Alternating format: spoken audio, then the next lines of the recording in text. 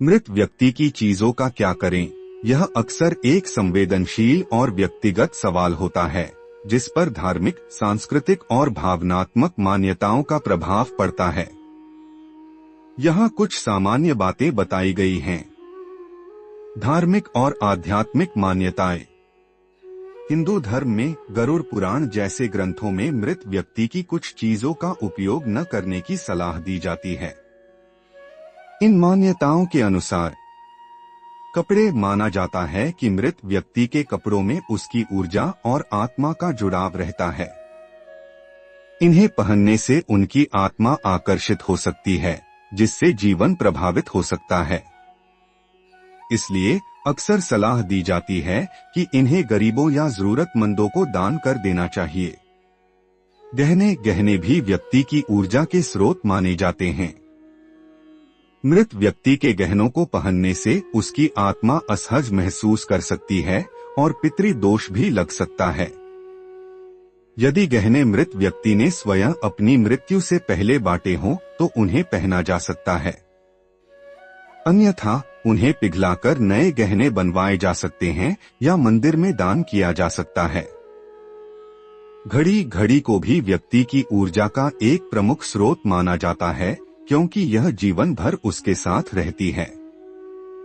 वास्तुशास्त्र के अनुसार मृत व्यक्ति की घड़ी का उपयोग करने से नकारात्मक ऊर्जा आ सकती है। बिस्तर। मृत व्यक्ति के बिस्तर को घर में न रखने की सलाह दी जाती है और इन्हें दान कर देना चाहिए। कुंडली। मृत व्यक्ति की कुंडली को घर में रखना अशुभ माना जाता है। इसे या तो मंदिर में रखना चाहिए या किसी नदी में प्रवाहित कर देना चाहिए ताकि मृत व्यक्ति की आत्मा को शांति मिले। भावनात्मक और व्यावहारिक दृष्टिकोण। धार्मिक मान्यताओं के अलावा मृत व्यक्ति की चीजों को लेकर भावनात्मक और व्यावहारिक दृष्टिकोण भी होते हैं। यादगार के तौर पर कुछ लोग अपने प्रियजनों की कुछ चीजों को उनकी याद के तौर पर संभाल कर रखना पसंद करते हैं। ये चीजें उन्हें भावनात्मक सहारा देती हैं और उनके साथ बिताए पलों की याद दिलाती हैं। दान। कई लोग मृत व्यक्ति की चीजों को दान कर देते हैं, खासकर कपड़े, किताबें और अन्य उपयोगी वस्तुएं।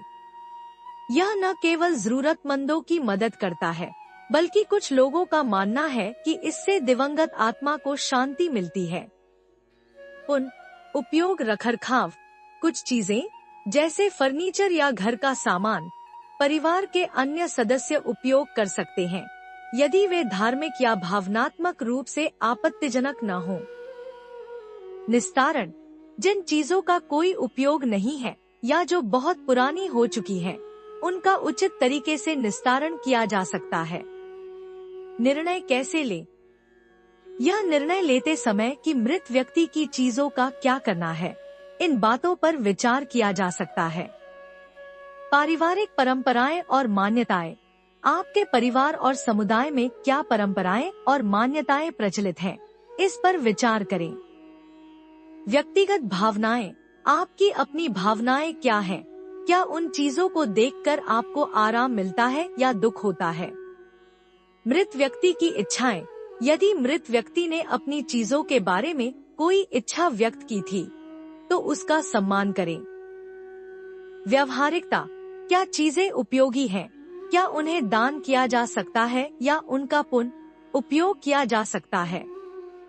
अक्सर परिवार के सदस्य मिलकर यह तय करते हैं कि मृत व्यक्ति की चीजों का क्या किया जाए, ताकि सभी की भावनाओं और मान्यताओं का सम्मान हो सके। अगर आपको यह कहानी पसंद आई तो कृपया इसे लाइक करें और कमेंट में अपने विचार साझा करें और हमारे अन्य वीडियो देखने के लिए चैनल को सब्सक्राइब करें।